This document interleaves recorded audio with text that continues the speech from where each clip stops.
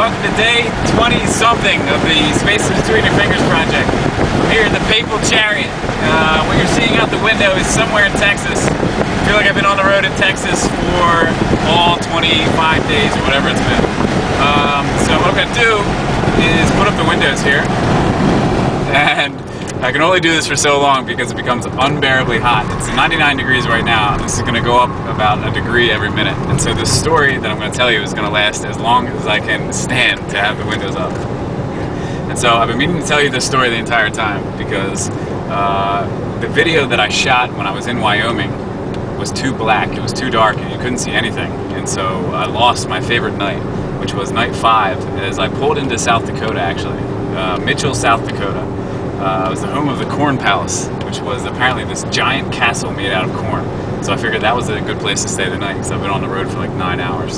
And so I pull off the road in Mitchell, South Dakota. It's probably like 9:30. I haven't eaten anything for, I want to say, a good 8-9 hours. So I'm really hungry, and I'm also really tired because I've been driving for a really long time. And so I pull off, and I see two things. To my left is a motel, which has a sign that says like $29.99, which is right in my range.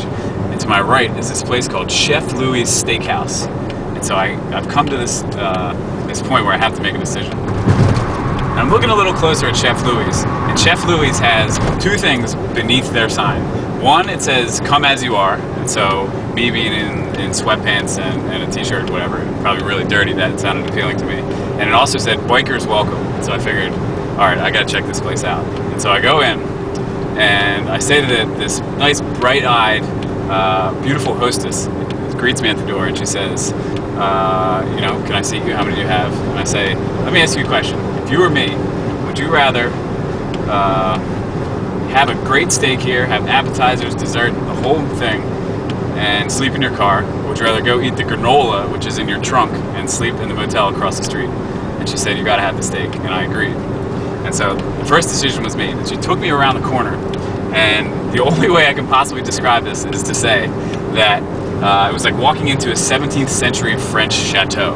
It was like beveled chairs, beautiful carpet, paintings. There was this giant chandelier hanging from the ceiling. And so I sit down, I'm thinking, all right, this place is okay so far.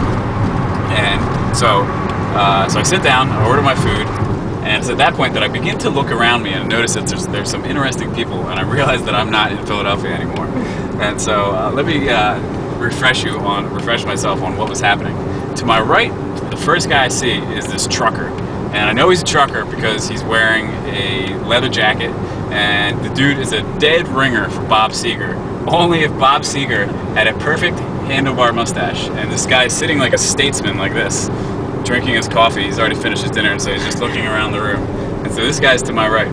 Directly in front of me is this woman with a hair helmet, which is the fiercest hair helmet you've ever seen. She could have put her head through a wall and not felt a thing. And the most obnoxious breast implants you've ever seen in a leopard print short skirt. And so she's eating dinner by herself. I don't know why she didn't have a date. And then to my left, and this is my absolute favorite, was 3 guys out for a steak. And boys' night out, whatever.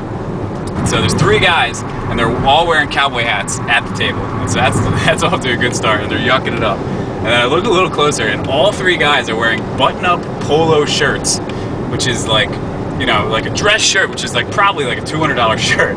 And all 3 have the sleeves cut off of their dress shirts, and they're just chowing down on their steak. And I'm loving this place, and that was absolutely the right decision. Or so I thought at the time. And so I had my steak, and then actually, because now this is in retrospect, I can tell you what happened, is I tried to sleep in the parking lot at the Kmart across the street. Woke up at like 4 in the morning, it was like 40 degrees, I was freezing. And so I just drove like another 2 hours up the road and into this like lodge with all these deer heads on the wall, and I just pretended like I was staying there, and so I just put a magazine on my chest and slept on their couch for a couple hours. But these are the kinds of people that I've been meeting on the road, and that was way back in South Dakota, and I'm so sad that the video got ruined because it was in my car, and I was describing this thing, and I was way more into it then. But okay, we're up to a good 100 and something degrees here, and so I'm gonna have to put the windows down and say goodbye to you. But it's been nice chatting. See you later.